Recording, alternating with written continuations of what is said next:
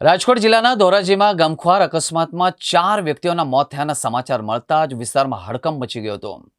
જ્યારે 2 લોકો ગંભીર રીતે ઘાયલ થતા તેમને ધોરાજીના સુપેડી જવાના રસ્તા પર ઇનોવા કાર પલટી મારી હતી અને વૃક્ષ સાથે અથડાતા ગંભીર અકસ્માત થયો હતો, જેમાં ઇનોવા કારમાં સવાર 6 વ્યક્તિઓમાંથી 4ના મોત નિપજ્યા હતા અને 2 ઇજાગ્રસ્ત હતા. તેમને સારવારથી હોસ્પિટલમાં ખસેડવામાં આવ્યા હતા. રાજ્યમાં આજે ફરી એકવાર મંગળવાર અમંગળ સાબિત થયો છે. વિગતો મુજબ આજે ધોરાજીના સુપેડી ગામ પાસે કાર અકસ્માતમાં 4 લોકોના મોત થયા હતા.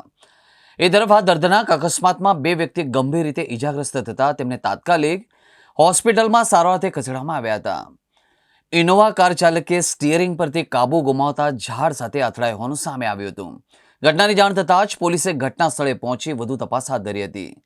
રાજકોટ પંથકમાં વધુ એક માર્ગ અકસ્માતની ઘટના સામે આવી હતી. ધોરાજીના સુપેડી નજીક ગમખ્વાર અકસ્માતમાં 4 લોકોના મોત થયા હતા. ઇનોવા કારમાં ધોરાજીથી ઉપલેટા તરફ જતી હતી. એ દરમિયાન કાર ચાલકે સ્ટીયરિંગ પરથી કાબુ ગુમાવતા કાર ઝાડ સાથે અથડાઈ હતી.